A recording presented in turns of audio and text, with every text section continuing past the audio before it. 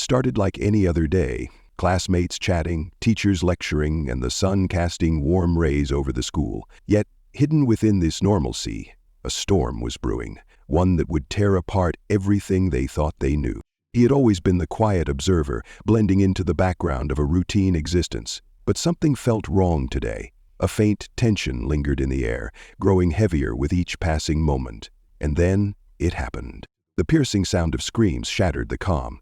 He turned toward the source, only to see a horrifying sight. A man, stumbling onto school grounds, moving with an eerie, unnatural gait. The moment the man collided with the school gate, everything spiraled out of control. A teacher approached to help, only to be met with a feral attack. The sight of the teacher collapsing, lifeless, struck terror into everyone watching. Panic erupted. Students ran, some screaming, others frozen in fear. He felt the weight of indecision as chaos unfolded around him. Should he run, hide, fight? Amid the turmoil, he spotted her, the one person who stood out from the panic. She wasn't running. Instead, she grabbed a weapon and stood her ground. Something about her determination ignited a spark in him. He found himself drawn to her strength, and before he realized it, they were side by side, fending off the advancing threat. The things attacking weren't human anymore. Their lifeless eyes and violent movements made it clear. These were monsters.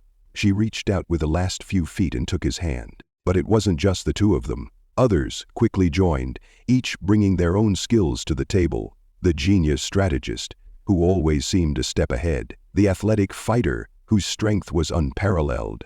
And the mysterious outsider, whose past hinted at hidden knowledge of this outbreak. Together, they formed an unlikely team, bound by a shared goal: survival. As they fought their way through the school, questions began to surface. What caused this outbreak? How did it spread so quickly? And, perhaps most troubling of all, how far had it reached? The group found temporary refuge in a classroom, barricading the door as the undead clawed at the other side. He caught his breath, his mind racing with unanswered questions. "Yes?" he muttered aloud. The strategist, ever calm, adjusted his glasses. "It doesn't matter why," he replied. "What matters is what we do next." They made their way to the rooftop, hoping to get a better view of the situation. What they saw left them speechless. The once bustling campus was overrun. Students and teachers alike had succumbed, their lifeless forms wandering aimlessly. Beyond the gates, the city was no better. A chilling realization washed over him. This wasn't an isolated incident. The world as they knew it was gone. Seconds later, "How do we even survive something like this?" one of them asked, her voice trembling.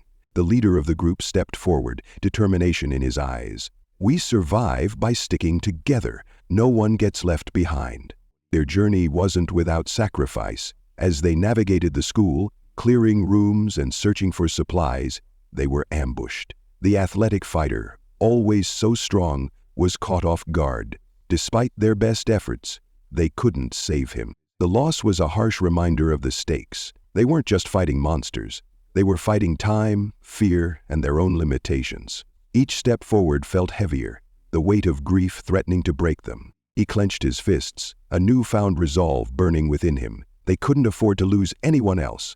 Despite the dangers, moments of hope flickered through the darkness. They discovered a small radio in the science lab, crackling with static, but carrying snippets of news. The broadcast confirmed their worst fears. The outbreak was global, but it also offered a glimmer of hope, a potential safe zone far beyond the city. The strategist mapped out a route, carefully planning their escape.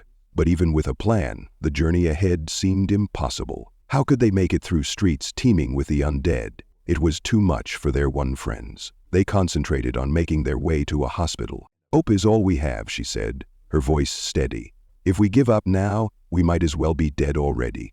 The group grew closer as they faced danger together. Each battle strengthened their bond, turning strangers into a makeshift family. He found himself relying on her more and more. She was fearless, yet compassionate. Her unwavering determination inspired him to push past his limits. And in return, she trusted him, something he hadn't experienced in a long time. But even in moments of connection, the shadow of uncertainty loomed. Could they truly survive? And what awaited them beyond the city? As night fell, the group ventured into the gymnasium, hoping to find food and water. The eerie silence should have been a warning, The moment they stepped inside, the doors slammed shut and they were surrounded. It was a trap. The undead closed in from all sides, their groans echoing in the cavernous space. Panic threatened to overtake him, but her voice cut through the noise. "Stay together, we can get out of this." They fought with everything they had, their teamwork put to the ultimate test.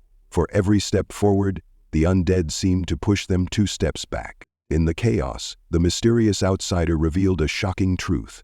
He had a plan to stop the undead, but it came at a cost, his own life.